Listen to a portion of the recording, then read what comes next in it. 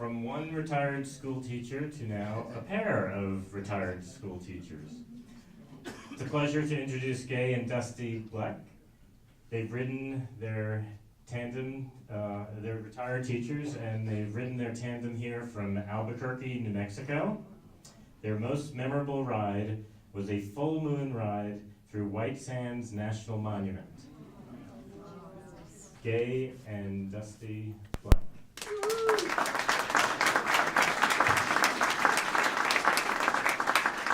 Can you tell we're from New Mexico? When we arrived at Adventure Cycling headquarters, the odometer said 1491 and change. So we rounded that up to 1492 because we thought that was appropriate. I was an American history teacher, and it's a rather significant date in American history. Well, many of you folks were riding the bicentennial. I had started my career as a teacher, and I was on the East Coast leading a tour of high school students up the coast for a bicentennial tour, educational tour. We ended at the Olympics in Montreal, and we saw so much. We were there July 4th for the fireworks at the National Mall. So it was quite an adventure that we had. But I wasn't riding a bicycle then, but later on, I rode a bicycle and commuted to class for years and years. And when I got ready to retire, my students said, well, what are you going to do in retirement? And I said, I'm going to ride my bicycle every day. And I hope to ride across the country. Congratulations to all of you folks who have done that and who started this whole process. You have been an inspiration to so many you just don't know. And you are an inspiration to us. Well, we actually rode for a cause when we did ride, and 6 months ago, Adventure Cycling magazine on its cover wrote about individuals who rode for a cause. And we rode for the cause of public education. We had heard that there was going to be a rally at the White House. We contacted the organization that was organizing that, and we had time constraints. So we started in San Francisco, did the Western Express, met the trail in Pueblo, and all the way across from San Francisco to Yorktown, and then to Washington, D.C. And then we were there at the White House. And so this is our story. You and I are public school teachers for a total of 64 years, and we are passionate about public education and bicycle riding. In the summer of 2011, we rode cross-country for a cause. We embraced novel training practices, the latest in energy snacks, on our backsides. Our destination, Washington, D.C., and a rally at the White House in support of public education. I would ride from San Francisco to Yorktown to D.C., supported by Gay, and when we could, we rode our tandem. What a great way to see San Francisco. Hundreds of elementary school students were on a field trip, cleaning the beach. We joined in, and then anointed our bicycle with Pacific waters. A few days later, near Carson Pass, through the Sierras, we met the first cyclists going our way. Perusing a map over breakfast, one of them remarked, well, it looks like it's all downhill from here. Highway 50 across Nevada is basin after mountain, rugged terrain, arid in places, but we managed to find a spring here and there. Stopping at a roadside bar for water, Gay was pleasantly surprised by what she witnessed. The most authentic of ranchers and cowboys, bellied up to the bar, watching women's tennis at the French Open. Stereotypes. Just outside Eureka, Nevada, 3 young ranch hands in a battered old pickup made a bit of sport of me, a lone bicyclist in spandex. Nothing serious, a thrown cup and a few jeers. A short time later, Gay had stopped at the courthouse on Main Street, and we were sitting there resting when the boys in the pickup rode by, stopped, and sauntered over. No worries, we're teachers, we aren't afraid of anything. Well, they had come over to apologize, a very fine gesture. We had a nice talk, learned about wild horses and ranching, and made new friends. I even bet that they might offer a drink to the next bicyclist they see on the road. Just past the Nevada-Utah border, we camped at Pruce Lake. Notice the clouds? Next morning, we were greeted by 4 inches of snow. This really is adventure cycling. Memorial Day 2011, Cedar City, Utah, home of a great Shakespeare theater and the finest sandwich from Pastry Pub in all creation. This is a rest day for us, touring the city on the 10th. The mountains out of Cedar City gave us our next surprise though. Road closed, snow. Not a problem, just an alternate route to the Calf Creek Paradise. On to Canyonlands, the Colorado River, and the upper limit of Lake Powell.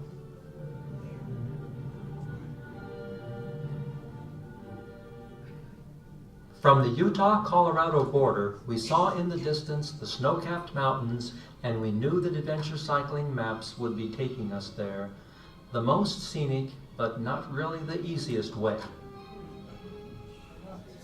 Just had to spend a rest day hiking Cimarron-Gunnison River canyons before approaching eastern Colorado and the Great Plains. But just outside Pueblo, we must again detour at Cotopaxi, forest fire on our route. At Arlington, Colorado, we met the nicest lifetime resident, Catherine, and the fanciest outhouse on the planet. Worth a stop. It's hot and it's going to get hotter. Summer has settled in, and Ordway, Colorado has a solution for kids and bicyclists riding cross country, an on-demand sprinkler in the city park. On the road, miles and miles of flat are punctuated by small postcard towns and a unique road surface. The wind blows on the plains. We're hoping it's blowing our way for a few days. Almost at once, Missouri says, how about some Ozark Hills? It offers the refreshing Current River, Laura Ingalls Wilder's house, and an old one-room schoolhouse. Every farm seems to have an old farm relic on display too, and it is here that we meet an adventure cycling tour group on their way west. Golden City, Cookies Cafe, pie. Enough said. One of the great milestones of our trip awaits us, the father of American waters, the Great Mississippi. Yes, at Chester we had spinach. Little did we know we might also need some of Popeye's knowledge of navigation. Several miles of pedaling through the lowlands, the flooding Mississippi forced our third detour. Not a big problem. I used some downtime to service the bike and change tires. The Ohio River forms the boundary between Illinois and Kentucky. We reached the river at Elizabethtown, just a few miles north of where Huck and Jim missed their turn at Cairo. There's no bridge. How to get across? We'll spend the night here. Lewis and Clark did so at Cave-in Rock 200 years ago, and then we'll head across the river to Kentucky, Stephen Foster's home state and the birthplace of Abe Lincoln. Did I mention that it was hot? I was sipping a Coke when Gay and I toured Lincoln's birthplace, truly hallowed ground. I got in a bit of trouble with the ranger for that, so I drank water from the same spring that Lincoln did as a boy. More satisfying. The barn art is terrific. And how did a Bucyrus steam shovel turn up here? They used these to dig the Panama Canal. This guy wins the Farm Relic Award. The Appalachians were physically challenging. We stopped at times to admire the views. Logging trucks rule parts of the route. The t-shirt is only wishful thinking. If a logging truck is approaching you from behind, yield the roadway. It's the smart thing to do. We have reached Virginia, our final state, and success is near. Coming down from the mountains, we ride a portion of the Blue Ridge Parkway, pay homage to the Cookie Lady, and take a picture of the Lord Bottitort Marching Band. We are ahead of schedule, and we will take the time to tour Monticello. Jefferson was a great advocate of public education. We absolutely must go off-route to see the tiny town of Keswick, Virginia. Years ago, while on our honeymoon in England's Lake District, we fell in love with the English town of the same name, and we named our son Keswick. We spoke with a blacksmith here and were amazed to learn that he was originally from Keswick, England. How did he get here? He said it all had to do with pints.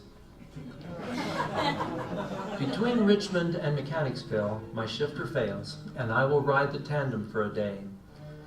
Mechanicsville can't fix the shifter, but a very young bike mechanic in Richmond can, and for $15.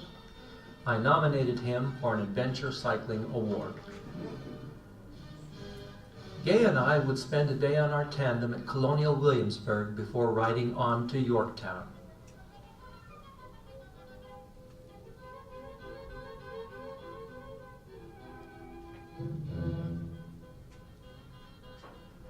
Although we do touch the water here and add some Pacific Ocean to the Atlantic side of the continent, our journey does not end here.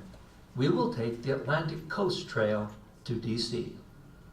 And there is no better way to enter our nation's capital than by tandem bicycle on the Mount Vernon Trail, paralleling the Potomac. Our rally at the Ellipse was a great success. We joined educators from across the country. Matt Damon had flown across the country to be there and speak. We had arrived a different way, sharing our insights along the way.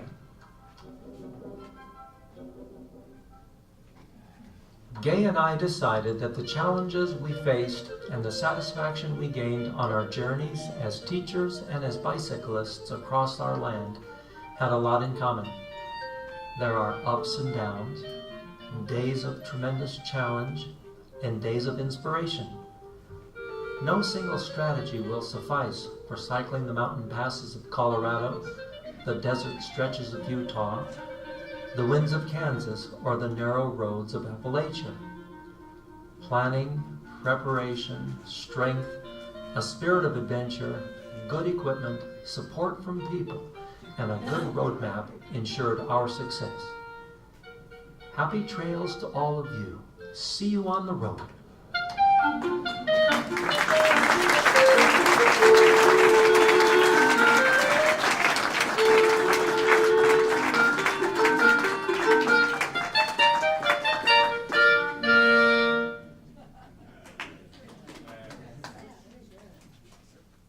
There's time for one or two questions. Wait, I want to say one thing. Of course. I just want to say one more thing. Dusty is a man of many talents, and all the music you heard there, he performed.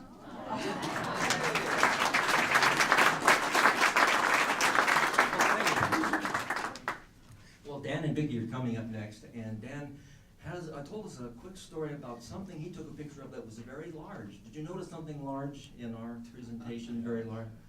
The largest jelly bean in creation. Does anybody else know where that is? It's in Vancouver, British Columbia. Well, that one is. That one is. There may be others someplace else, but that was one of our travels as well. Thank you very much. Did you guys meet on a bike trip somewhere? No, we met because of lasagna.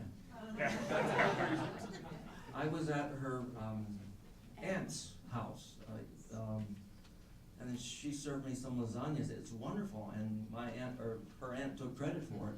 Later on, I found out that Gay had actually made it lasagna. So that was the best I'd ever had. Who made the horse? We did. We made the horse, and tomorrow's Sunday, right? Right. We made another special costume for tomorrow, and we hope everyone will be riding. We're very proud of it. This horse is Bullseye from Toy Story, and Dusty is Jessie and I'm what's her name? Jessie and Woody. I'm sorry, backwards. But this is in Durango. They have a ride called the Cruiser Crit, which is like a costume bike ride, and so we made our horse Bullseye. Okay. It's a secret. Thanks very much, Gay and Dusty.